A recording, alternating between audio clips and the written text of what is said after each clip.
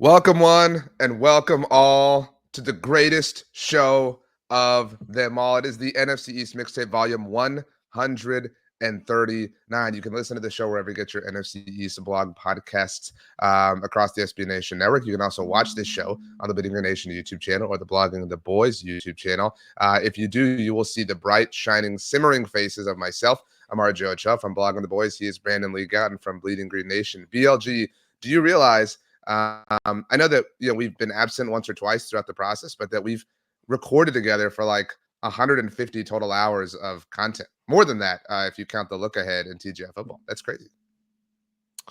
It is.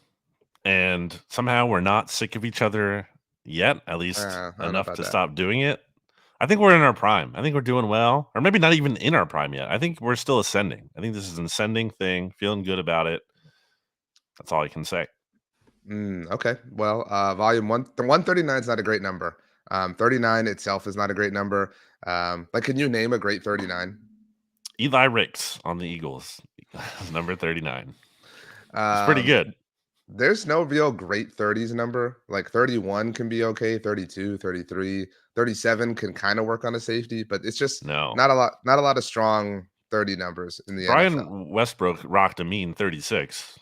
It was, I mean, he was a great player, but the 6 always looked weird. You know what I mean? Like it just the Eagles jersey so fat on the end. Great. But I think 36 was a great number for him as the kind of unique running back he was. So he wasn't just like, a power runner as much as he was able to run and catch passes. So it kind of worked out for him. Brandon, this is our last mixtape in the month of November. Obviously, it's November 28th for us, November 29th for the listeners. The Cowboys are going to play on Thursday Night Football November 30th, but the next time we speak will be in the month of December. Do you approve of Christmas decorations being up already, Christmas music being played at your standard retail store? It's a fair question. I think it's fair game after Thanksgiving. So, yes. Okay. Are you ready? I see you have a Christmas tree behind you, by the way, for the audio audience. They can't see that, but they should go to the Blogging the Boys YouTube channel or the Bleeding Green Nation YouTube channel and check it out.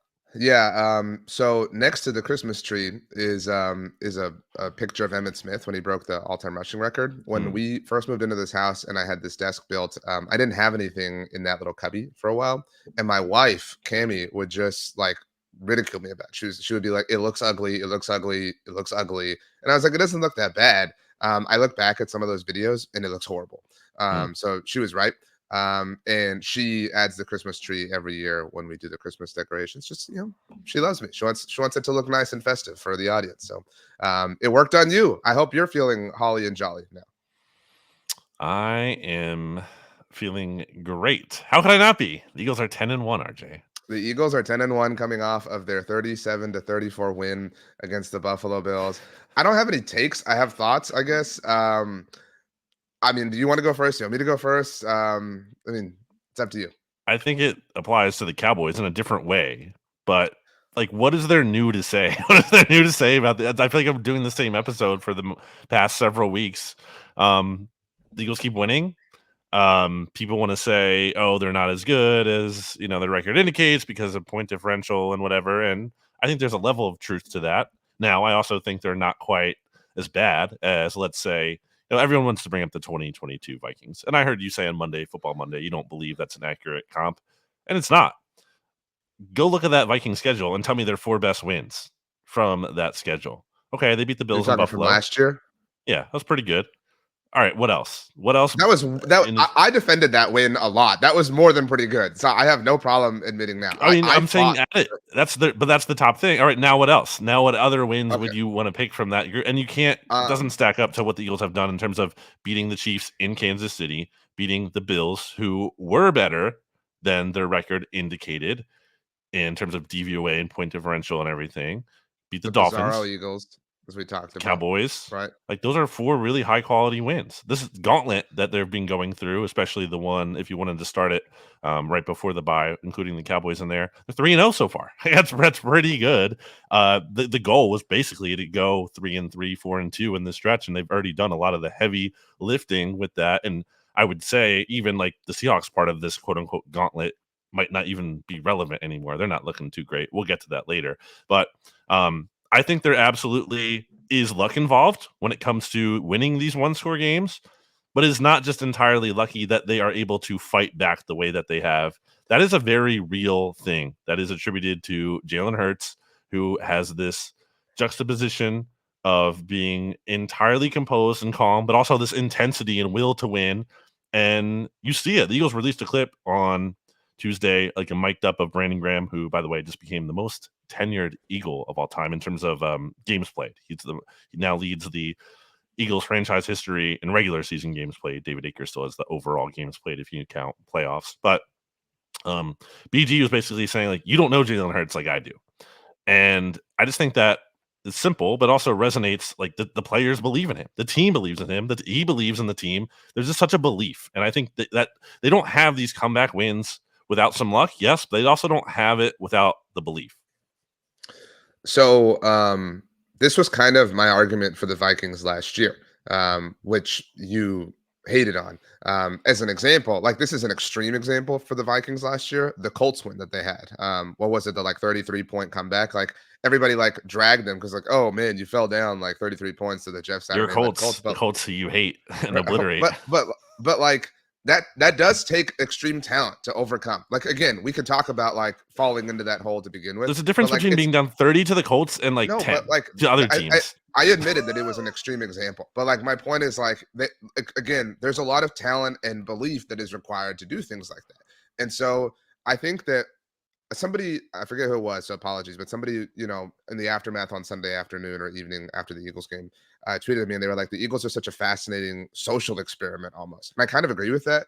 And I think sometimes when there's something volatile like this happening, we talk about this all the time. Like people want to live just at one end of the spectrum. So like, I would assume there are some Eagles fans, not all, who are like, this team is amazing. This team is perfect. Like this team is infallible. Like No, quit let me hating. trust you. No one's saying that. Well, I mean, I'm certain there's somebody saying that. And then there are like quote unquote haters. And I would put some Cowboys fans in this mix who are like, this team is purely luck based. And like the truth is, I don't know if it's in the middle, but it's closer to the middle than it is either one of these spectrums. And yeah, you could talk about all sorts of luck. Like the things that come to mind off the top of my head are the Luke Schoonmaker play or the Justin Jefferson fumble out the end zone, whatever. But or Sean McDermott being a coward and taking a knee to go to overtime. But like I'm saying, it all ultimately still at some point ends up in the hands of somebody who makes a play. Last Monday night in Kansas City, it was the Jalen Hurts deep throw to Devontae Smith that was ultimately the game-winning touchdown. On Sunday, it was the drive that the Eagles had, and it's not just Jalen Hurts; it's the blocks and the offensive line working. I say the blocks because there was that clip floating around of Jason Kelce on the game winner. I mean, like so. Again, the way I'm not trying to say like I'm the best at this, but like I think I've worded it best in that they have this innate ability to identify whether purposefully or accidentally the most important time to do the most important thing, and they do that. There is unquestionably luck involved, and logic would suggest, similar to the Vikings last year, that at some point that would run out. And I don't know if that's going to happen. I mean, I really don't. But I do think the biggest test of that is this week against San Francisco. Because if there's one team who, will not fold or is too talented to like kind of pee down their leg the way the Bills did, it's the 49ers. I know we'll talk about that in a little bit, but it's weird. I mean, it's weird. Last year's Eagles felt indestructible. I don't feel that way about this year's Eagles team, despite the 10-1 record. That's not to say that they suck, but I think you agree, if that makes sense. I guess the question is, like, do they have another gear? That's what we've been kind of wondering the whole year. It feels to me like they could. Like, there's reason to believe that. I don't think Okay, they but whether they could or not is a different question. Do they? That's your question. we still have yet. Well, until they do it, I agree. We don't just give them the benefit of the doubt. But I do think we need to allow that possibility still to exist and not. And again, the other not relevant or the not good comparison to the Vikings is the Vikings got blown out in games. The Eagles have never at any point looked like totally overmatched and blown out, at least to this point. We'll see. Obviously, the next two games are going to be a big test of that. And if things really are similar to the 22 Vikings, you'll see those blowout losses kind of manifest in potentially these next 2 weeks. And then we can have a conversation about that at that time. But for now, that has not happened yet. And they're what are humming. the Eagles like? Like there are games that like you have to steal, right? Like in a given season to maybe be the 1 seed or win a division or whatever. Like, what are the games you feel like the Eagles have stolen this year? Like maybe the Chiefs game is one. I don't feel like they stole this Bills game. Like I feel like they were the better team. I know that Josh Allen had an amazing performance, but Jalen was great too. Like I don't feel like I do feel like if we're qualifying stolen victories, I would put the Chiefs game up there. Okay. Yeah, I mean, I don't know how but then you might want to say the Cowboys game, but then again, the Eagles were up 11 points in that game at one point. So it's not like they were like totally just down and out the whole time. Um Look, regardless of how they got here, they're 10-1, and that puts them in a very advantageous spot, obviously, as it goes the rest of the way. They could really lose to both. Obviously, this wouldn't feel good, to be clear. But if you lose the next 2 weeks to the 49ers and the Cowboys, there's still a very viable path to still being the 1 seed. That's pretty crazy. You've given yourself that margin for error, and even though you would be annoyed that, like, okay, maybe we have the ceiling on us because we couldn't beat those teams, depending how those games go. Obviously, the final score is going to matter in terms of that feeling. But you're in the 1 seed, yeah, for the second straight year in a row. You've done what has been impossible. Just forget the 1 seed thing for a second. We all talk about no team in the NFC East repeating in almost 20 years. 20 years. We talk about that every single year. And the Eagles are on the precipice of doing just that. And that alone is very incredibly impressive. They actually will hang a banner for that in terms of the Eagles putting up their division championships, which, I made a joke about that in an article this week at PTB. But I mean, that's true. Like that's really, it's been really that's the dumbest thing to impossible. Hang, like division banners are so. Well, look, dumb. I'm I'm not justifying that. I'm just saying, like, it is impressive that they are almost about to do that. It isn't impressive. It isn't impressive that nobody did it in 20 years and they did. It's impressive that they did it, but like it isn't impressive like relative to the drought. It is though. Why? No, How is that irrelevant? It's weird. It's hard to do, but that speaks to the NFL. They have failed themselves multiple times. In fact, they were reigning Super Bowl champions and failed to do it. So like. But that's what I'm saying. It's hard to do. It's really hard to do. This is a very weird Eagles team. I just like, and it's such a weird team for this to happen to because the fan base is so passionate. But these odds may have shifted. I tweeted these out on Monday afternoon, so it's possible that they're slightly different. But I just needed to reference them somewhere. So Eagles odds to win the NFC, as you mentioned, these are all at DraftKings Sportsbook, our friends, minus 1100. The Cowboys are plus 700, just for context there. The odds to win the NFC, though, the Eagles aren't even the favorites right now to win the NFC. That's crazy. Like you know what I mean? Like you would think like 10-1 and these overwhelming, favorites to win your respective division. But so Niners are plus 190, Eagles plus 200, Dallas plus 380. They are closer on Philly's tails to winning the NFC in terms of odds for that than they are within the division. That's so stupid. I mean, that again speaks to the weirdness of this all. And finally, odds to win the Super Bowl. The Eagles are third. The Niners and Chiefs are both ahead of them. And again, Dallas is still closer to them in terms of odds to win the Super Bowl than they are to win the division, which again speaks to, if you want, I guess maybe the best word is the luxury that the Eagles have with regards to winning the division. And they've set themselves up to be in the best position, obviously, to win the NFC, win the Super Bowl. I had had a series of tweets and thread posts on Sunday morning. Obviously, the Cowboys didn't play.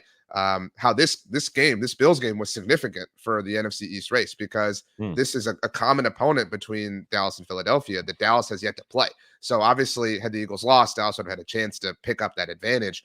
Because that did not happen, now the Cowboys are reliant upon the Seahawks, who I think we're both in agreement are fading, and the Giants and the Cardinals, beating the Eagles and equalizing Dallas in that sense because Dallas did beat the Jets, obviously, who Philadelphia lost to. So, I mean, again, I think New York Times has the Eagles as 91% favorites to win the division. So, I mean, it's so strange that like I don't think I'm alone here. I don't totally believe in their like abilities across the rest of the season, but they're undeniably going to win the NFC East and probably have the number 1 seed in the conference. Well, it's just hard to not give them the benefit of the doubt, though. Like you've even been saying that, like when you've been picking these games, it's like, well, they shouldn't win, but they're gonna win. That's kind of just what they do. That's why I'm excited for this week. Because again, like if any team, like if the weird magic works against the Niners, then okay. I mean, like then it maybe it truly is impossible. I mean, maybe it's just fate is smiling upon Philadelphia, but it's strange. And there's all this discourse. I didn't mean to interrupt you. I'm sorry, but about Jalen Hurts and MVP odds and things like that. Again, this is where like opposite ends of the spectrum become the conversation. I don't think Jalen Hurts is playing poorly. I think Jalen Hurts is probably like right now, again, in terms of how he's playing, like the 4th or 5th best quarterback in the NFL. but that isn't MVP, which is where the discourse comes from. Well, MVP, I think, if I'm not mistaken, typically just goes to like one of the number one seed quarterbacks. Like if you look Right. at the history of it, just does. Like, so that's it right there. Like that's just the standard. That's so I mean, stupid, though. you don't have to like the standard, but I'm saying like that has I been know. the I mean, standard. I know. But so like you can like I respect that at least you're acknowledging like this is the standard. It's kind of wonky and it's kind of silly. More often than not, it does kind of pass the eye test. This year is an exception in that it kind of doesn't. Again, Jalen playing incredibly. The final drive against Buffalo was super impressive, obviously. Not just the final drive. The Zacchaeus touchdown was amazing. So it can be like multiple things can be true in that Jalen can be playing at an exceptionally high level and that he might not be the most eye test deserving player to win. Not even eye test, but you get what I'm saying, like player to win MVP. Well, he was horrible in the first half. I mean, he had a 7.0 passer rating, and everyone wants to get mad about Eagles offensive coordinator Brian Johnson. Look, I don't think he was like great either in the first half, but you don't pay your quarterback $51 million a year to have a 7.0 passer rating in the first half and have 2 turnovers that directly set up 2 opponent touchdowns. So I don't think Hurts got enough heat in the first half because, as I've said before, people don't want to blame the guy whose jersey they have as when they can blame the coach. All the blame is on the coordinator, but all the praise is on the quarterback. Right? Exactly. Yeah. It's funny though, because like, okay, any of those touchdowns happened. Obviously, not so much with the Zacchaeus one because that was not a scripted play as much as just You can do this. Improvisational. There's the word. It's so much easier sometimes, to see the word in my head, but not actually say it out loud. Anyway, by the way, chances of winning the NFC East is at 94, according to the New York Times playoff simulator. And then the 1 seed is at 75%. That's amazing. That's incredible. Yeah, it is. And obviously the Lions losing helped with the Eagles in terms of, that was looking a little bit tight. This is my final question, unless you have more Eagles thoughts. It seems really improbable that Dallas will catch Philly, obviously for the East and therefore the 1 seed. But say, because you're right that Philly has a great chance of securing the 1 seed, even if they lose their next 2 games. And I think odds makers would probably suggest that they're going to lose their next 2 games. Again, anything can happen, but again, if we're just going off of implicit odds, if San Francisco has the Eagles this week, obviously, and then Seattle next week, and I think we both believe that they probably win those games.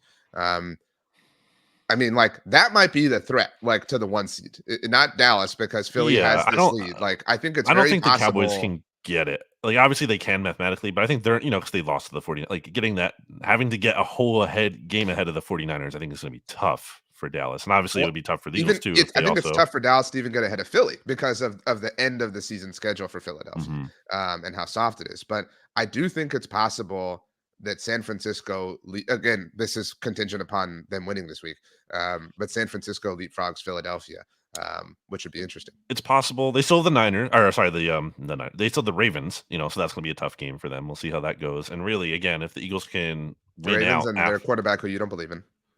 If the Eagles win out after the Dallas game. After the Dallas game, and I think so. I forget if I'm doing this right. If the 49ers just slip up that one time, that could be the difference if they lose to that Ravens. Yeah, that would be a 4th loss, and Philly would only have 3. Right. So, like, again, that's why they could lose both and afford that still. So, yeah, I mean, we'll see. It totally depends, obviously, but that's the thing. Eagles have the chance. So the Eagles have had chances in games this year, even including the Bills game, where it's like they can put the game away, and they haven't totally done it. Like, I mean, in terms of like the offense being out there on the field and just like, don't even let. I mean, I feel bad for Brandon Graham specifically. He had a big sack in the Cowboys game, wherever this happened, and it was like, all right, offense gets the ball back, just end the game. Run out the clock, whatever. Same thing in the Bills game. Same thing with Brandon Graham. Didn't do it.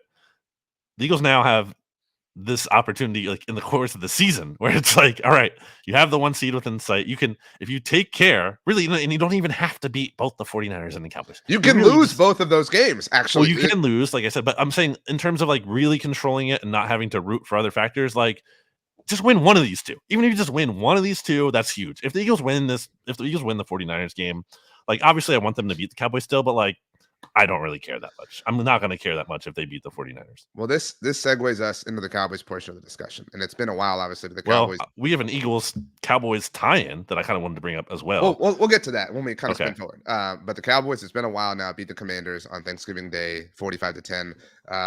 And I've been talking about this for a while. Again, patting myself on the back, how this coming week against the Seahawks is maybe the biggest game remaining on the regular season for them in terms of playoff implications. I read an article about this, did a video as well on our YouTube channel. But as far as the game is concerned, I mean, we've talked about this a lot, so we can kind of just talk about the Cowboys as a whole. I don't know if you have any thoughts you want to share. Deron Bland obviously set the record. It was incredible. He's incredible. His development has really kind of allowed the Cowboys to return to what they thought they were going to have with Trayvon Diggs and Stephon Gilmore. Now it's just Deron Bland and Stephon Gilmore. This game was a little bit tight early on. Just like, I think I was similarly to the Panthers game. I was never like worried, but it was a little bit closer and than I would have liked, obviously. And then it was just like the dam broke and everything. It was a 25-point fourth quarter for the Cowboys. Like, it was absolute, total, utter chaos and obliteration of the Commanders. The celebration was awesome with the turkey leg. It was a good time. Yeah, it's not new. Just like what I said in terms of like talking points here. Same thing with the Eagles. Like, oh, they won close again. Oh, the Cowboys dominated a bad team again. It's, I believe, 8. If you look up Tankathon and you look at the top 9 teams in the draft order, the 9 worst teams, the Cowboys have played 8 of 8 games against those 9 teams. They played the Giants twice. That's just why I'm phrasing it like that. So, yeah, I mean, they played really bad teams. They've done exactly what you should against bad teams, which is beat the crap out of them. So credit them for doing that. But again, I don't really think that's anything new to say. I will say on the Deron Bland point, this is one of the things that's bothered me about if you have like, all right, let's say it this way. If you're a Cowboys fan annoyed about like the Eagles doing this stuff, like with their luck recently, one of the things that I would say is deserved luck because, good job by scouting or whatever, to some extent. At the same time, there's obviously luck involved when it comes to like hitting on Tony Romo as an undrafted rookie free agent and hitting on Dak Prescott to the extent that the Cowboys did as a 4th round pick. It's like the Cowboys will have things go awry with injuries, like in the case of Bledsoe was benched, right? But or was he hurt? Bledsoe. But in any case, like to be able to turn to Romo like that is just very fortunate, and to be able to turn to Dak Prescott after the Cowboys were inadvisably continuing to rely on Tony Romo like in his broken back, and that just works out. Okay, the Cowboys lose Trayvon Diggs. Big deal. No, Deron Bland just steps up and is like even better. Maybe then like it's like that's a little infuriating. I'm not saying the Cowboys don't deserve credit for that. Again, good job by their coaching staff and everything to identify good players, but the extent of which like that's hitting is a little like, okay, this is pretty ridiculous. It's worth mentioning that this isn't like, for anyone who's unaware, like Eagles fans certainly, like the Bland story is massive now. He led the team in interceptions last year as a rookie. I don't know if you realize that. I know he had a really good year, but why did he emerge? He emerged because Jordan Lewis got hurt or whatever. So then he had to play. It's just like someone goes down on the Cowboys, and then somehow the player behind them is even better. It's like, what is that coming from? He has more. I think it was Dan Hans who said this on the Around the NFL podcast, and I was going to tweet it, but at this point, like, we've kind of, we've done a lot on both of these subjects. He has more passes caught for a touchdown in just this season, but like from September through Thanksgiving, than Kyle Pitts does his entire career. Like, think about that. That's like so stupid. It's stupid. The craziest one that I heard. Obviously, he set the single season record. He has tied the record for career pick sixes in Dallas Cowboys franchise history. What? That's like, pretty crazy. How is that possible? Like, you know what I mean? Like, it's insane. I guess 2 weeks ago now, the Carolina interception was probably the prettiest interception. It was a pick six, obviously, but probably the prettiest play on an interception he's made throughout his career. The way he undercut the route and obviously the kind of roll forward to get up and keep running. Yeah. But this was by far the best pick six, like the best run to the end zone. Like, it wasn't free. It wasn't like untouched. Like, he had to work for that. And I'll give, Washington a little bit of credit for at least trying to stand in his way. Jim Nantz, we don't typically shout out broadcasters, had an incredible call of this. Like, it was awesome. Like, Jim Nantz was in his bag on this. Tony Romo, Romo, just maybe chill out a little bit. Romo's a little bit. I don't know him. I mean, just calm down, dude. Just be cool. But Dak Prescott is the highest graded quarterback in the NFL right now. He is on fire. So like it's like the team takes turns. It's like in one fell swoop, the defense is on fire, and then the offense is on fire, and it just again kind of comes in these significant waves. Dak Prescott's also going to be a father. Congratulations to him. It was announced over the weekend. I don't know if you saw this. Going to have a baby girl. So things are pointing up for the Cowboys. And I guess on this game, I did want to mention it here because it is the NFC East Mixtape on the Washington side. I don't know what your Thanksgiving Day routine was, so I don't know how tuned into you were to the game. Ron Rivera punted twice on the first two Washington possessions from the Dallas 44 and Dallas 43-yard line. All right. As a double-digit point underdog on the road in a season where you kind of got to do something to save your job. The ultimate move of cowardice. You believed in this dude to a slight degree. Even to a slight degree is embarrassing, but you believed in him to a strong degree. Not so untrue. No, you said it right, to a slight degree. Like, oh my gosh. What you're holding against me is that I predicted the Commanders they were still the football team, I think, at the time, to win the NFC East with a sub 500 record again. No, that was my prediction for them.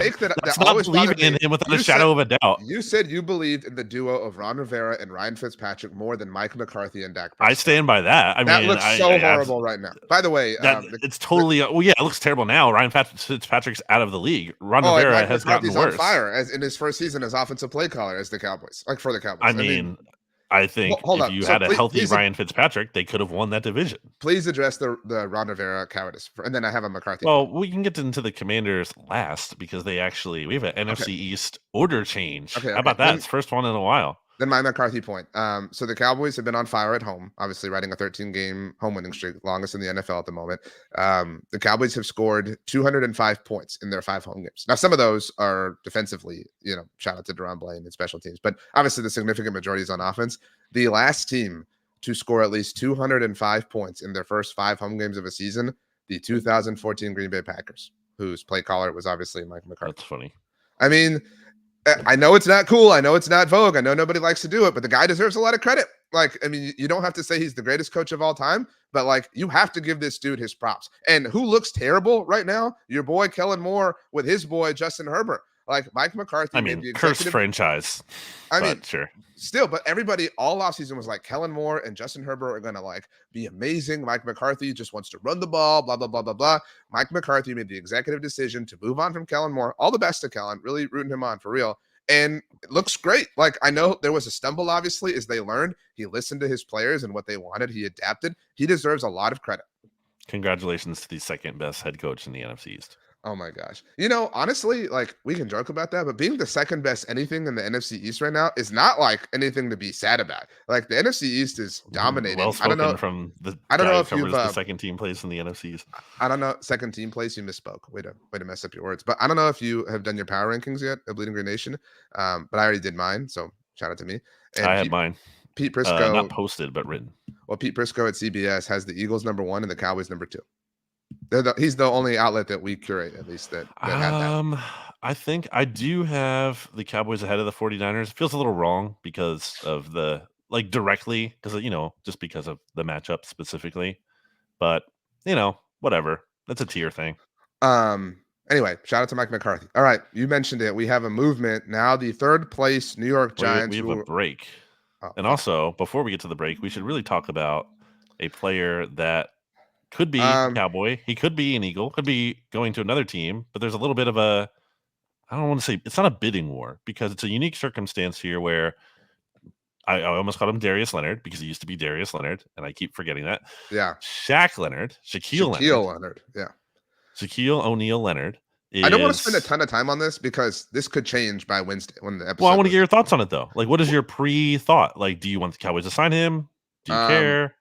So I mean, at this moment in time, for you and I recording, I believe he's meeting with the Cowboys. What we know right now, as we're recording this on Tuesday, November 28th at 1:07 Eastern, is that Leonard is visiting the Cowboys on Tuesday, and then does not have a visit set up with the Eagles, but they are interested. Right. That's right. So the Cowboys are down Leighton Vander Esch across the rest of the season. They signed Rashaan Evans a few weeks back, or maybe a few months back at this point in time. On the Eagles practice squad early in the season. And now obviously have interest in Leonard. So that's the 2018 linebacker triumvirate. And so, I mean, I would love this. I don't think this is the vertical photographic that I want to see from the Sports Center account. That's imagine the Cowboys scoring on this defense. Yeah, exactly. Deron Bland, but Shaq Leonard. The Cowboys, Marquise Bell has played really well. I shouted him out, by the way, in the lead up to the Cowboys Eagles game and got roasted for that by stats. So he's played really well. Damone Clark has played really well, but you just never know. I mean, you just Damone Clark kind of a punk, in my opinion. Depth is an issue for all teams. And so I would love to see the Cowboys shore this up. And if you bring him in and don't ask him to be the maniac or whatever, like I think he can help your football team. So yeah, I would love to see this happen for the Cowboys. Yeah, I think the Eagles need him because they are down to two healthy off-ball linebackers on their roster, with Zach Cunningham, who has been their top linebacker really this season, getting hurt with a hamstring injury in the Week 12 game against the Bills. We don't know exactly where he's at with that. Even if he is healthy, I mean, the Eagles, again, just have two linebackers on the roster behind him, and Nicholas Morrow, who starts next to Cunningham typically, and it's just kind of fine, just a guy at best. And then Christian Ellis, who they wanted to be a thing early in the year, and then he didn't play well, and then he was basically just relegated to special demons duty. And then when he had to play against the Bills were kind of noticeably picking on him. So I don't think Leonard has a lot left. I mean, the Colts cut him for a reason. Like, I don't think he's, a difference maker, but the Eagles don't need a difference maker. They just need someone who can kind of help raise the floor. So I would really hope that the Eagles get him, and think they should be able to, because they're better than the Cowboys in the standings. Like, why would you want to sign with the worst team? And Leonard actually went out of his way to defend Nick Sirianni back when Nick Sirianni got hired by the Eagles and was like kind of getting roasted for the press conference thing. So maybe there's some kind of connection there. What was it? That wasn't the flower pot, was it? No, that was just like an awkward kind of first press conference. I got so overblown, as I've talked about with Jimmy Kempski, because Doug Peterson also had a terrible first press conference and won the Super Bowl. 1 to 10, 10 being the most. How mad would you be if Leonard signed with the Cowboys? I would be mad if he signed anywhere else. But what about the Cowboys specifically? It's not just the Cowboys. It's just I wouldn't be mad. So it 1 to doesn't 10? Matter. Probably a 7. Mm-hmm. Okay. Well, like, what's your scale if he signed with the Eagles?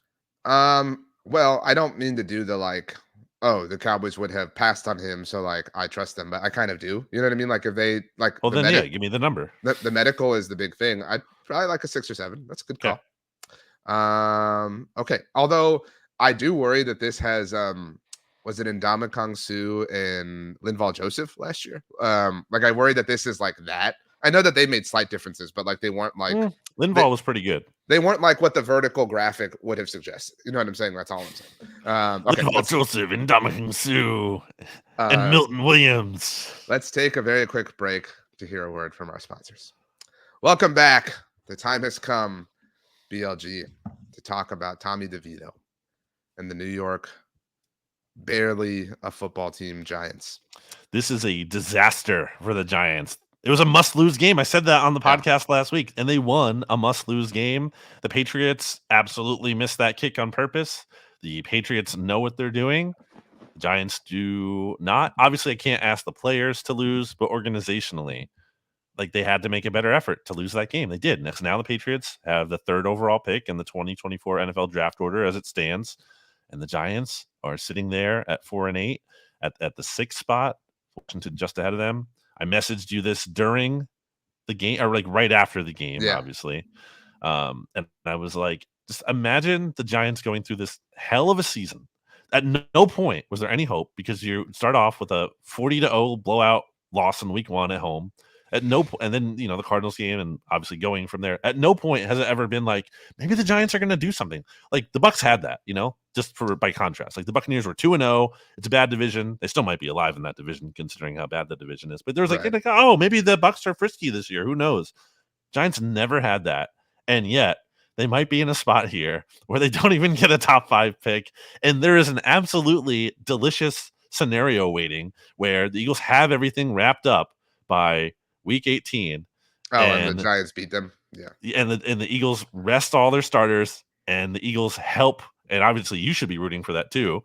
The Eagles help the Giants get an extra win that only ruins their draft positioning even more. I think it'd be funnier, at least from my perspective, if the Eagles needed that win, like if San Francisco kept pace with them, and then the Giants still. I know, but that would make it worse for the Giants. You know what I'm saying? Because they would walk real proud, like we denied the Eagles the 1 seed. While just spiting themselves. Dude, this is, and I guess if you're a Giants fan, like I don't blame you for like leaning into the Tommy DeVito thing and having fun. Like, what else do you That's have all going you've on for got. you? Yeah. Yeah. But you said it like, and I think the worst part about like beyond like not ever having any hope this season is that like this season was so bad that it ruined the like one like fun year you had. Like, you know what I mean? It like completely. Have you ever seen How I Met Your Mother? I don't know that we've ever talked about this. Yes. So you remember when Lily talks about the breaking glass phenomenon, like when you reveal the truth about something to someone, like you know, like if someone would be like, "Oh, Brandon, like this friend of ours, like is really loud when they eat popcorn," and then like the next time that person eats popcorn, like you're like, "Holy crap, that is really loud!" Like I never noticed that before, and now all I can do is notice it. So like I think every Giants fan was kind of like ostrich effect. It's ostrich effect, right? The ostrich effect. Like about the 2022 season, they were like, "Oh, it was fine, it was great." Like, and all this season did was be like, "Yeah, it was actually a big like fraudulent year." Like the one cool thing you had was really terrible in all actuality. So times are tough. I mean, I think the worst part about this is like, and maybe it's not the worst part, but like Brian Dable might be safe. And I don't know that you could He's feel going to be great. safe. They're going to bring him back. If they're bringing Daniel Well, Jones back. and now you have this like weird Wink Martindale drama or whatever. I mean, dude, like you won this game 10-7. What? So the Giants that's the other thing. It's not like they won and like look good. And it's like, okay, well, maybe Dable's, looking like he is a good coach actually, or doing it's like you were just the less worse team. You didn't win because you did anything great. You just were less worse than the Patriots, who were terrible, but again, did the right thing by actually losing for their franchise. Here's the Giants' remaining 5 games after the bye week that they have here. So they're coming off the bye with a home game against the Packers. Do they win or lose? They lose. The Packers are in the mix now. I mean, I think and that's they're a fair. better team, right? So I agree. they lose. At New Orleans, They lose. Also fighting for life in the NFC South. Eagles on Christmas in Philly. That's probably a must win for the Eagles, especially if they do lose the Niners and Cowboys games like we're kind of living in a hypothetical on. So yeah, they lose. They also smoked Dable 3 times last year. None of those games were close. But the week 18 one doesn't really matter. I mean, let's relax on that. True. Well, yeah, I forgot about that. But I mean, whatever. Yeah, it was a weird game. Rams at MetLife. Also clinging to wild card hopes. I mean, some of this depends on. You think they lose those 4? I think they win at least one. I mean, all 4 of those games are like must wins for those teams, at least the way the playoff field looks right now. You know what I mean? Like, and then it's and to end the season, so you think let's just assume, I guess, that the Eagles don't need that game, and then you think they win. Probably, yeah. Yeah. Oh man. And then Dable has some like, it's great to enter the offseason on a win. You know what I mean? Like some stupid line. Like, you're right. He would say that, but no, it's just so not true. I hate that is one of my least favorite like things ever. Having lived through it with the 2011 Eagles, where they were 4-8 and they won their last 4 and they just missed out on the playoffs. But everyone was like, well, these 4 wins matter. This momentum carried over to next season, and the next season they went 4-12. Andy Reid got fired. That's just such garbage. Building wins at the end of the year does not matter for the next season. Are you ready to move on back to the Commanders? The Commanders, who have sunk to 4th place in the division now, not having the tiebreaker. This is crazy. Can you address the 4th down things finally? I mean, yeah, it's a coach who honestly just shouldn't be in the NFL. The game has passed Ron Rivera by. That is very apparent. The game passed him by. Like when did he ever do anything elite? Like, I mean, like seriously. I mean, there have been I think 5 now because of the Bucks last year. 5 teams like ever to win their division with a below 500 record. Ron Rivera has done it twice. Like we talk about luck, like all-time luck to have that happen for you, to have your division be so bad that you managed to win it. And by the way, I know everybody was talking about Alex Smith's comments. Alex Smith, you were a part of that Washington team. I know you got hurt, obviously, but that had the like below 500 record that won a division. Like let's relax on calling any division bad when you've been a part of something like that. But I digress. It's crazy Jack Del Rio lasted as long as he did, considering that the Commanders defense last time it was good was like 2020, right? Like it's been multiple like really good. It's been multiple years. The front's, obviously being consistently good because of the talent there, but the defense as a whole, it's been a while. It is Also, weird how like it felt like this Commanders team might be a little frisky, and considering the weakened state of the NFC a bit there, especially with the Packers and Rams floundering a bit more than they were, Falcons too. It was like, okay, Commanders. I mean, I think you even said you were a bigger believer in me. You're like, Commanders might be 7 seed at one point. So you believing in your boy Ron Rivera more than me even, but I never believed that. And this year has always been kind of just a waste of time for them. But they do seem to be figuring it out in terms of tanking, because if they bottom out, and right now, as I said, they are the number 5 pick in the draft, right ahead of the Giants. That's exactly in the direction they need to keep trending. They probably can't get, it's like the Patriots level at 2 wins. They probably can't get a top 3 pick there, but they could get 4. And at 4, you're within striking distance potentially of trading up maybe a spot or 2, depending on how the board shakes out there. So I think this is ultimately a good thing for the Commanders to spin out of control like this, because it really forces them to not have a false positive and for ownership to really turn things over. So sucks in the short term of getting blown out by a division rival by 35 points on Thanksgiving. By the way, I can't even believe I just didn't mention this till now. Why is Jerry Jones talking about that game being better than Super Bowl wins for the Cowboys? Because he literally did say that. He literally explicitly said Brandon, that. if you're taking Jerry Jones's words literally and why did he say that? Because that's what he does. Like it's insane. How do you feel good about your team?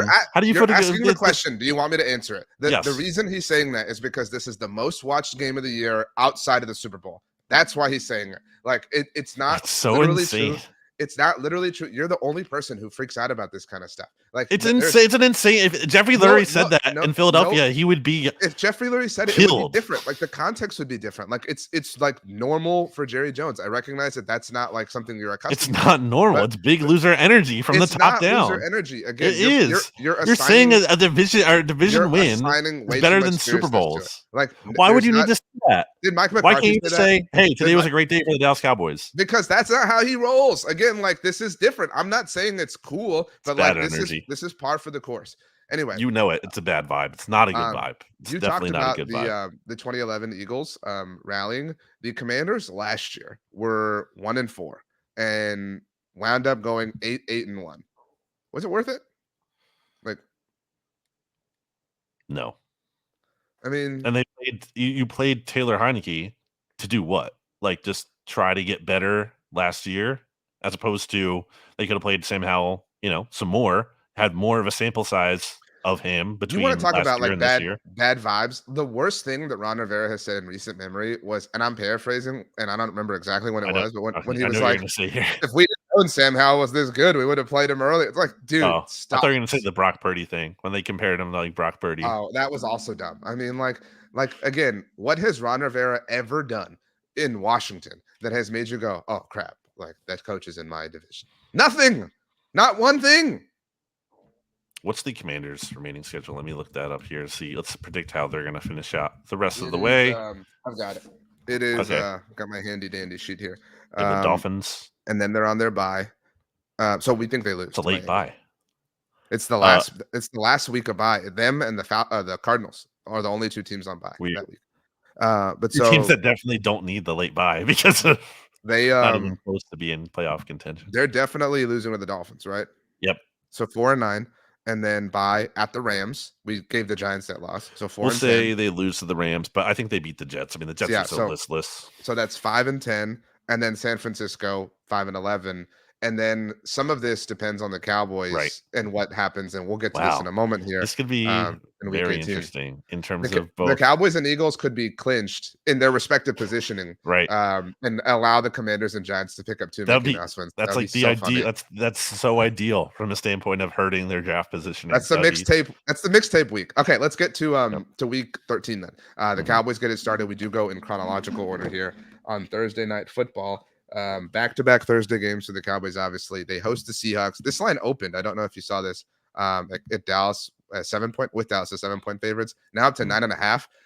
I do want to read you something because that's a big jump, right? Like you agree, like objectively, like 2.5 points. So I hit up Mookie Alexander, who runs Field Goals, our Seattle Seahawks site here at SB Nation, and I was like, hey, did something happen that I missed? That like would have caused this. He said nothing I'm aware of. Ken Walker didn't practice, and I don't think he plays, but that's it. And so I said, no offense to Ken Walker, but he's not worth 2.5 points, LOL. And then Mookie had this line that was great. He said, yeah, I got nothing other than they've watched the Seahawks play recently. So that was really funny. I think we both are taking Dallas to cover. And I mentioned it. I wrote an article about this, did a video because it's important. We're going to talk about it on our roundtable on Tuesday evening, which is in the past for everybody.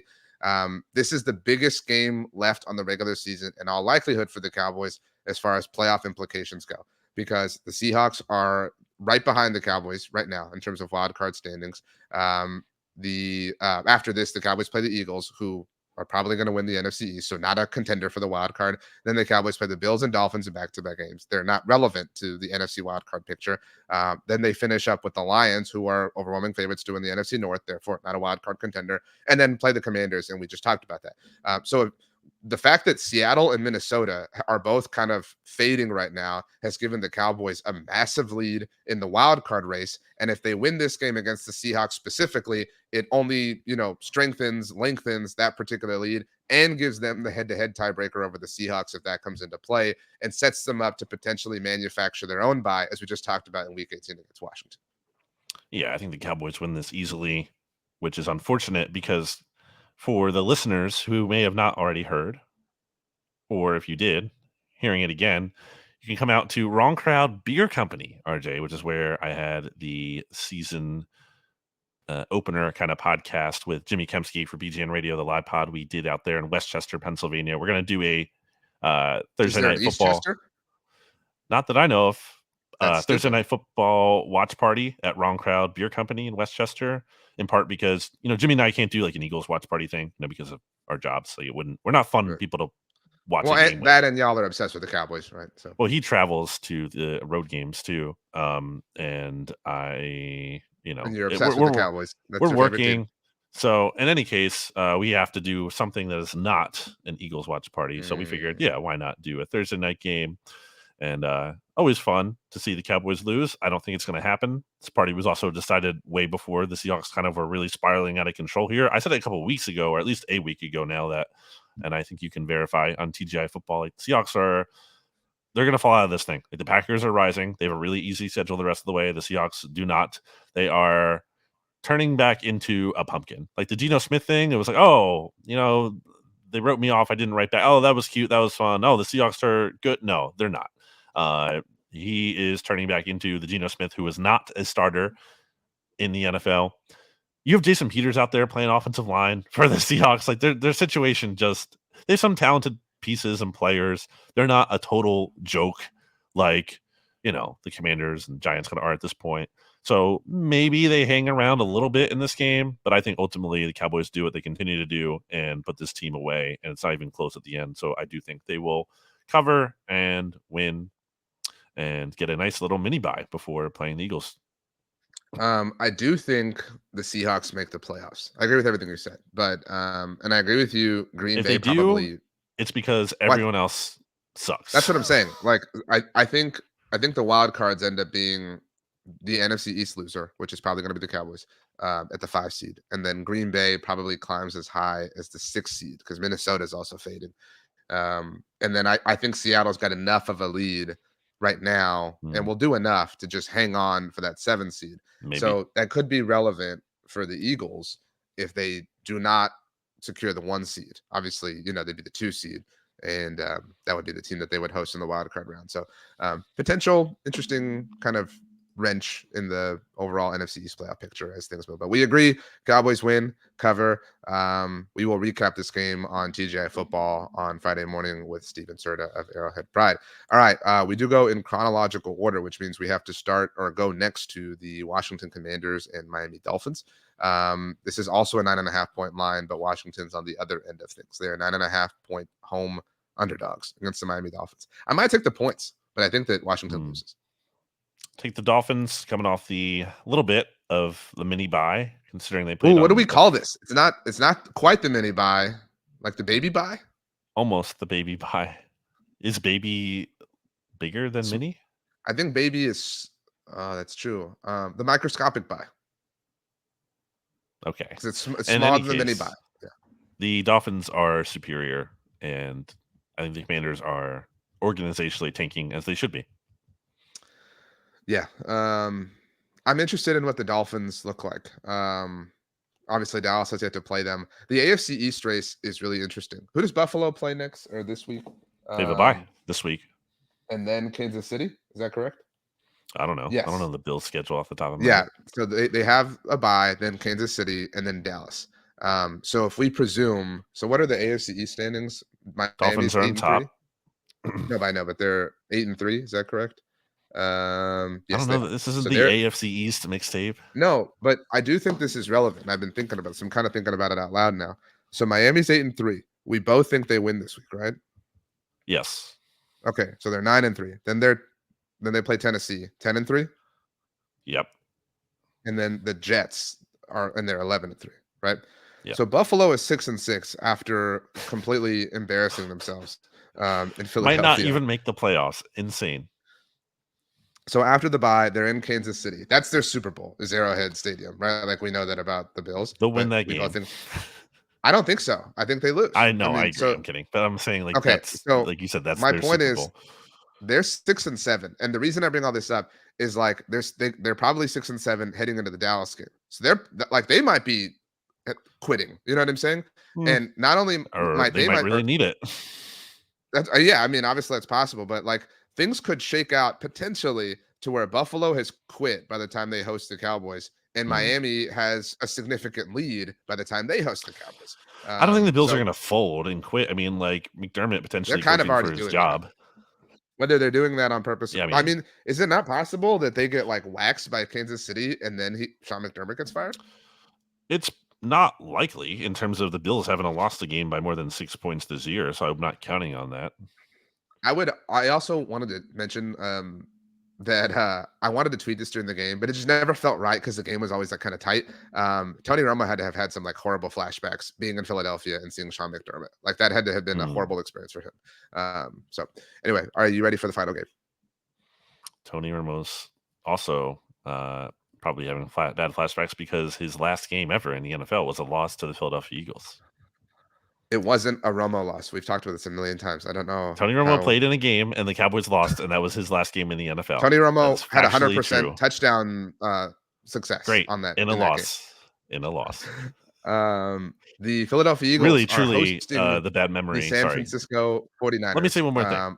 Truly, the one last bad thing is Jordan Hicks hurting him in that stadium. That really, truly did derail his career.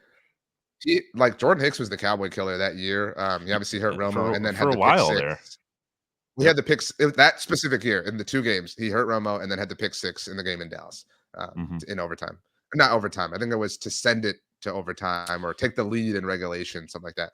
Anyway, Eagles are hosting the Niners this week. Ooh, bad blood. Oh man, I hope so. Actually, for the podcast audience, because I can't see it, the Eagles are 3-point underdogs. It has risen to this point. You were telling me it's kind of moved around a little bit at a time. I want to say it, and then I want to give you the floor. I hope so much that at some point Kyle Shanahan dials up a Christian McCaffrey pass for a touchdown. Like that would be the funniest thing in the world to happen in this specific game, given everything that happened a year ago. I mean, I think the funniest thing that would happen if the Eagles just blow out this team like they did back in January, because the 49ers have put so much pressure unnecessarily on themselves. I disagree with maybe early on. You're assessing it wrong. Who has talked this week? Hassan Reddick and AJ Brown. Who has talked all offseason long? Who is responding to all the talk from all offseason long? James Bradbury. When was the last time a Niners player said anything about this? Deebo Samuel literally called James Bradbury, who was a second-team All-Pro last year, trash. So that doesn't count because he said it months ago, and now Hassan Reddick is responding to that, and that's the trash talk. That's not how it works. I think he who cast the first stone. The 49ers cast the first stone. I don't think they cast the first stone. I think the Eagles they absolutely did. I think the Eagles rubbed it in their faces, and it was no, they did not. How? How did the Eagles disagree. rub it in their faces? I said at the time, I told you in stats that it was a little over the top that the way the Niners were beat, but they had a rightful claim. They certainly had a more rightful claim than the Eagles with the turf or whatever in Arizona. I mean, not having a quarterback for a game with the Super Bowl ticket on the line is a really tough scene. And Don't block the top there was pass never rusher in the any, NFL there with was a never backup any tight end. acknowledgement. There was never any acknowledgement from anybody in Philadelphia that was like, yeah, that would have sucked. You know what I mean? Like that would have stunk if that had happened to my team. There was never any acknowledgement about that. So I understand there was never any acknowledgement. And you got so upset at the Niners players who were at the Super Bowl with all these microphones in their faces for like being asked about the game they had just lost to the team who was playing them. No, that is such a cop out. Hassan Reddick came out. I'm not saying he's wrong, but Hassan Reddick came out this week, and again, I think what he said was kind of fair too, to say like, okay, you wanted to talk about it, come back it up. So yes, he's responding to what was said. The AJ Brown thing was just a joke. Obviously, the tweet about right. Debo, he's boys with Debo, so that's like they're friends. That's a different thing. I think it's interesting. So correct me if I'm wrong, because I'm going off of memory here. The Eagles were just 3-point favorites against the Cowboys, right, in that home game. So it's just the standard, standard 3-point home field advantage, and then they were 2.5-point favorites. Is that correct? Against the Bills. They opened as 3.5. It went down to 3, and then once Lane Johnson was ruled out on game day morning. By the way, another reason why I think that win was like impressive because they were without Lane Johnson just all of a sudden. Anyway, so but yes, it went down to 2.5. This is the third home game in a row for the Eagles, all a part of the gauntlet, right? Where they have not had more than at the very least just the standard 3-point home field advantage. That's interesting. And they're home underdogs. When was the last time the Eagles were home underdogs?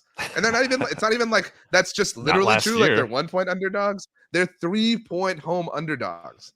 I mean, I think it's great. I mean, it's a great spot for the Eagles to be in terms of being able to use the motivation. It might be silly because they're 10-1, but Nick Sirianni absolutely will play that message. But guess what? We're huge underdogs, reigning NFC champions and 10-1 record. Right, and it is. You know what? But guess what? That's what Bill Belichick always did for the Patriots. That's the mindset that Tom Brady had. It was stupid because it was never true, but that was their mentality, and it worked for them. So I like that it's working in the Eagles' favor. I like that the 49ers, the pressure absolutely is on them. They've done all of the talking. They were the ones who cast the stones. They were the ones who, I know the mics were in their faces in the Super Bowl media tour, whatever, but at no point was it ever like, you know what? That Eagles team's really good. We wish we could have been at 100%. Yeah, but like that's a really good team. That was never the message. That was never the tone. That was never the tone. It never was. It was always like, oh, they're lucky. They're actually not even that good. I guarantee you some 49ers players said that. Like, again, you have to allow for a wide range of emotions. Not the key ones, not the leaders. Maybe like complained about the turf. Some rando. The Eagles players had an emotional right to complain about the turf after they lost the Super Bowl. Niners players had an absolute right to kind of compartmentalize. That is a false equivalency. You love false equivalency. You're the king of that. That is not the same thing. And we're also talking about this game and not that. And the 49ers, guess what the Eagles did? They went out and they beat the Chiefs. So how about that? In the regular season, when Nick Sirianni pounded his chest? I mean, they backed it up. If your thing is like, well, the Eagles talked about it too. Well, okay, they went out and they beat the Chiefs and they backed it up. The 49ers better. If the 49ers do the same thing, hats off to them. But I think they put a lot of pressure on themselves that they didn't need to put on themselves. And I don't think they put any pressure on themselves. I think that they're amazing. You're wrong. And you're absolutely wrong. How did they not? The scariest team in the NFL. Like, I don't think they've put any pressure on themselves. Great. Fine. The Eagles blew out the scariest team in the NFL back in January. And a lot of the teams blow them out. Again, that's disingenuous. Blew them out. If they blow out, the Eagles were dominating that game before Brock Purdy got hurt. Eagles were dominating the game in the trenches. They also had a touchdown that was based on a play where Devontae Smith didn't complete a catch that wasn't challenged. Well, that's Kyle Shanahan's fault. The Eagles did a great job of getting up to the line of scrimmage and getting a playoff so they couldn't challenge. That's not luck. That favor the Eagles. That's not genuine to the whole process. Kyle Shanahan could have thrown the flag. That's not the Eagles' fault. He could have. Devontae Smith did a good job of getting back up to the line of scrimmage. I'm not saying Kyle Shanahan was right. I'm not saying that he's perfect, but he's the better coach in this game. He's the better play caller in this game. The Niners have more talent. I mean, I am absolutely taking the Niners, even though I have to lay 3 points. Do the 49ers have the better quarterback in this game? I mean, if I had to draft them and like if I had like a hypothetical team, I'd take Jalen Hurts. But I mean, the Niners are the previous like most confounding team before the Eagles have become this weird mythological conundrum. You know what I'm saying? Like, I mean, like Brock Purdy, like actually, I need to get back to him. Stats slacked me. I tweeted out something about Dak and MVP odds, and Stats is fighting with people in my mentions about how Brock Purdy deserves it over Dak. Like Brock does, he has a very fair claim. So does Christian McCaffrey. I mean, like I'm not disputing that whatsoever. I think they both have fair claims, probably more fair right now than Jalen Hurts, which isn't to say anything disparaging about Jalen. Eagles win. What would I don't think you're going to want to answer the question the way I'm going to ask it, but what would humble you in this game? Like, what would make you go, damn, they had a right to be upset? Like, if they, like, waxed the Eagles? Like, what if it was, like, 34-3? Doesn't change anything. Well, then why is Nick Sirianni screaming his head off after they beat the Chiefs? It doesn't change anything. Because he enjoyed it? Because the fans were chirping at him? I don't know. Whatever. They won. He's allowed to. That's the reason. Because he earned the right to do it. History is written by the winners. I agree with that. Okay. Well, I'm very excited about this. We haven't had a lot of Game of the Year stuff live up to the hype. Cowboys Eagles kind of did. I hope this does. I hope this is a lot of fun. But I think it's possible that, and we'll see how it goes, that there might just be some kind of weird cycle thing here. You know how like certain teams are just good against certain other teams? I think it's possible that the 49ers could, or do have the Cowboys number, clearly. It's possible. It's not possible. It's a certainty, yeah. Yeah, well, it's true. I think it's possible that the Eagles, the Cowboys have had the Eagles number more recently, obviously before this year, but that matchup is more closer. So you're saying Philly has San Francisco has Dallas. It's possible. There could be like a weird triangle thing going on, potentially. Okay. I'm taking the Niners, but I'm not ready to I'm not willing to lock this game. To cover too. Yeah. But I mean, if the line shrinks a little bit before Friday when we do the show, I might lock them up. Like if it gets down to like 1.5 again, I think about it. 3 is just a lot, but for the purposes of right now, I will say I do worry about the 49ers coming off a mini bye and the Eagles coming off a game and where they played like 90 something snaps. Like that's insane. That's almost like 2 games worth of snaps. So that does kind of worry me a little bit. And just coming off of, having you played on a short week against the Bills, like it's just, I think the fatigue could potentially catch up for them. That does worry me a little bit. Not enough to change my pick. I just say if I'm like putting the things I believe in, things I worry about, those are the things I worry about, Colin. My last take on the Eagles, and then we can get to songs. The Kelly Green doesn't look great in the rain. I'm sorry. Like it's because it got dark. Yeah, that's what I'm saying. The rain, darkens the jersey. I've long said it has to be played in like a bright, shining day for it to really pop. It's not one of the alternate uniforms that should be worn. And I know it wasn't a night game, but it became night. Like it should be worn in a 1 p.m. kick for the Eagles. I'm intrigued to see if they break those out again this year because they only announced 2 when they announced that they'd be wearing them at all. But I think, as you know, teams can wear their alternates up to 3 times per year. So I wonder if they've kind of been like they want to keep that in their back pocket in case they want to break them out again as kind of like a more short notice surprise thing. I think the Giants game on Christmas could potentially be that spot for that. So maybe not, but that is potentially possible. All right, let's get to songs. Por favor. 2-0 jerseys, by the way. Yeah, both against the AFC East. Wear them against an NFC team, please, Eagles. Anyway, Rachel has submitted "We Fly High" by Jim Jones. An incredible song. Although if she picked it on behalf of the Eagles, it's dumb. But if she picked it on behalf of the Ravens, which she might have, then it's great. I mean, I think it's because of the Eagles and a huge song back. I remember when I was a freshman in like fall 2006. I mean, just huge song. Everyone would just say "ballin" to each other. I know. It's one of those things that everybody did that I came to hate.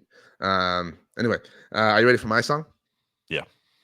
I'm going to go with "Bad at Love" by Halsey.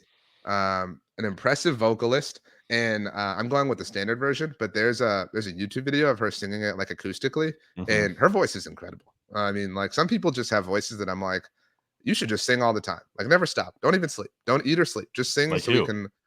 Well, Halsey, that would Well, be besides that. Michael Bublé. Hmm. You know what I mean? Like, and really, I don't even need it all the time, but like Michael Bublé, like just the day after Thanksgiving through Christmas. I just want you behind a piano singing Christmas songs for us, please. Love a Bing Crosby Christmas song or a Nat King Cole, like the classics. Okay. We'll get into some Christmas songs, I'm sure, holiday songs even. Right. It's not December yet, so I'm not ready to like put those on the playlist. I'm not ready to do it. I thought about it this time, but yes, agree. More of a December thing, honestly. We need your submission, please. Brandon. My submission is by Living Color. It's a great song. Some great guitar work, some great guitar solos in there. It is Cult of Personality. Okay. I'm not familiar, but I'll check it out. Are you serious? Great song. You never Off the played top of Guitar my head. Hero?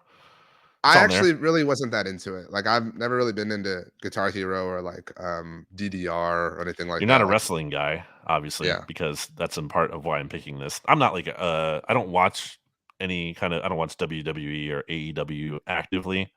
I usually check out like the Royal Rumble each year because that's kind of fun. Because sometimes they'll have like guys who are like, you know, on from 20 years ago randomly just pop up. So that's kind of fun and nostalgic.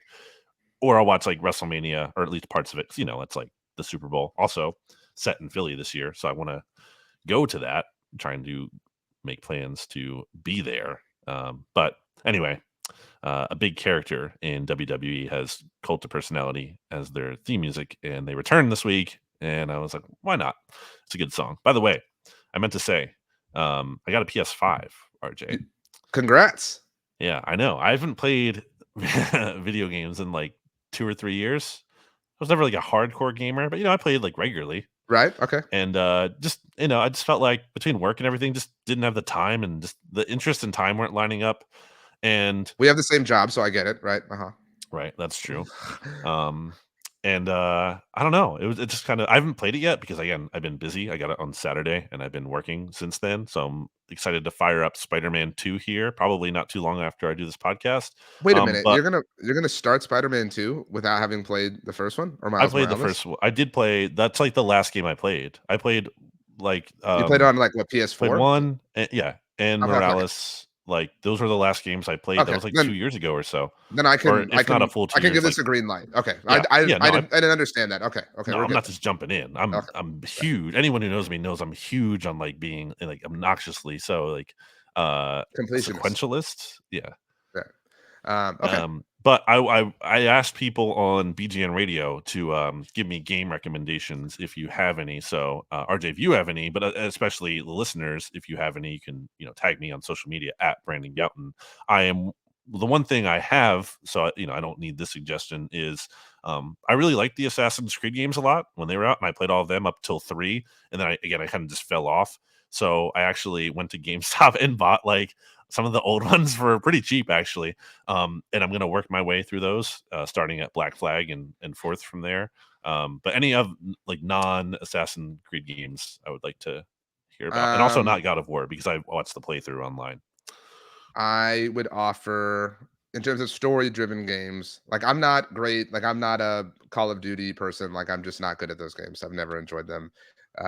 But I haven't played it yet because of time, which you mentioned. The Guardians of the Galaxy game. I know Stats did Oh play. We wow, talked about that, and he loved it. And so I didn't even know that was a thing. it's not like Chris Pratt and Zoe Saldana and Dave Bautista are like the voices, but it's the same general story, so to speak. But Stats loved it, and I have it, so I mean, at some point I'm going to play it. Also, the Star Wars Jedi games, the recent ones, they're both great. Okay. And a lot of people loved Hogwarts Legacy. That's another potential option Yeah. for you. And two more things that I would suggest. My friend Jimmy, not Jimmy Kemsky. I Who's didn't not your finish it. friend? I didn't finish it, but he's my friend. Jimmy and I are friends. But my close friend Jimmy made me play this game called Detroit. That I've was like, heard good yeah, things about that. I only played like half of it because then I got busy with stuff and I just didn't want to finish it. But It's like future. yeah, it takes place in like 2300 something, and you play as like three different characters going through this story. But like you make a sequence of choices. So like your experience playing the game won't be the same as mine or Jimmy's or whoever's, like, because Gotcha. the game, like, you ultimately kind of go generally in the same direction, but like you can impact the way things unfold for you based on your decision. You can be like an anarchist, or you can be like a good Samaritan or whatever. So I would recommend that. And on I guess it was Black Friday, I looked and bought for my son, using air quotes, who turned 2 over the weekend, for when he's old enough, the Lego Harry Potter games, as a collection. It was $3. So Nice. yeah, if that sale's still going on, I highly recommend. Loved playing the. I feel like I'd usually rent those back when like Blockbuster was a thing, and you could rent video games from the store, like Lego Star Wars, Lego Batman, Lego any kind of Lego something. Those were fun. Now that you offered your request for suggestions, can I do one as well? This was a talking point I had on social media, and then we can get out of here. Um, I would like you to answer this. What is a Christmas movie in your mind that is not a Christmas movie by conventional standards? So like Oh, you like can't. Die Hard. Yeah, well, I mean, that was a really common answer, which was Right. frustrating. Obviously, But that's not what I would say, like but I'm that's like the looking for example. things. I'm looking for things beyond Home Alone, Santa Claus, Miracle on 34th Street, Christmas Vacation, et cetera, et cetera.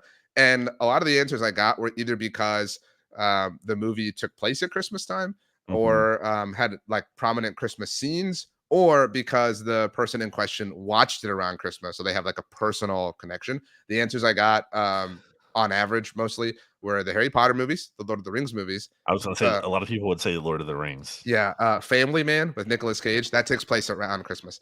Mm. Spider-Man: No Way Home, which took place around Christmas and had the scene at the end. Die Hard, Gremlins, which I've never seen, but a lot of people said this answer. A lot of people also said Sound of Music. I don't personally get that one. And then I got a lot of people who said Batman Returns because it kind of takes place around Christmas time as well. Some movies I would offer, definitely Maybe with Ryan Reynolds. Reindeer Games with Ben Affleck and Charlize Theron. Love Actually, which I was told, I haven't seen it in a long time, doesn't age well. And Rent, which is based on the musical by Jonathan Larson. I would say not necessarily specifically a Christmas holiday movie or a Christmas movie, but I would say is kind of just a general holiday movie. Wizard of Oz. I feel like that's like just on during a given holiday. Like it's just on the TV. They put it on, because it's Okay. like a classic, can't go wrong. So I guess that. I'm curious for other people's answers, that aren't the things that I said, at RJ Ochoa on Twitter and Instagram. By the way, my last thing, I had never seen the movie The Night Of. Have you seen this movie? You should watch The Nightmare Before Christmas. That counts too. Okay. Have you ever seen The Night Of with Seth Rogen, who is you, um, and uh, um, I forget who That's else. so not a good. That's so not an accurate comp. But Anyway, I think you'll be interested in this fun fact. Pete Sweeney, our coworker, was the person who brought this movie up to me once, mm, after we did a Monday Football Monday. that He does was sound so familiar. he was so insistent on me watching this that he bought it and sent it to me. Oh, Like, okay. I mean, Pete was like into Well, this. he's rich, so he can do things like Oh, that. of course, it is. I mean, Pete. It's because Patrick Mahomes does all that refusing to lose, and so like that's Well, inflated yeah. Pete's We bank wrote the account, right? book. He had the book right after the Super That's Bowl true. win. Kind of That's a suspicious, if you ask me, when he's just writing a book about the Chiefs Super Bowl win, and then they win the Super Bowl. He had it ready to go. Yeah. Like, how is that? So, what if they don't win that game? What I what mean, happens to that book? the crazy thing for the YouTube audience, Pete Sweeney really did write this. He got the script. And the forward is by Mitchell Schwartz. So there was a lot of work. And you're right. Like this was, I ordered this the night the Chiefs won the Super Bowl for Yeah. my So, what final if they season. don't? Like, what Well, is my question the is, what if they crazy thing don't is win the like Super there's a Bowl? lot of work in here. There's Travis Kelsey catching a touchdown in the game Uh where huh. the Chiefs beat the Eagles in the Super Bowl. There's There's no Patrick shame in Mahomes losing to being the excited. Chiefs. Like, you Um, can't like hurt me with that. Like, they're a I really would good team. offer a big reason why the work beforehand was done. This is kind of like a yearbook about the Chiefs. Like, you know what I mean? So like he could have done all that Right. work. Obviously, But I know there's like a real answer well, no, that you were he would salty have. because the Eagles lost the Super Bowl. I understand. Well, it's just a little like, well, what the hell? Like, this book that you had about them winning is just here. Like, it just makes me Well, feel think like about it. Like 90% of the work had been done to that point. I and mean, then that makes the sense. Chief, right? Yeah, he had the information about the Chiefs' sod father making the field all bad and Right. wet before the And game. and So, James Bradbury committing an obvious foul. yeah, That exactly. The one that they hadn't called all game long until that moment. That's right. I'm glad we could joke about this, like mutually now. So that's great. All right, let's get out of here. As we do, Brandon, I would like you to make the sound effects that you think will be in Spider-Man 2.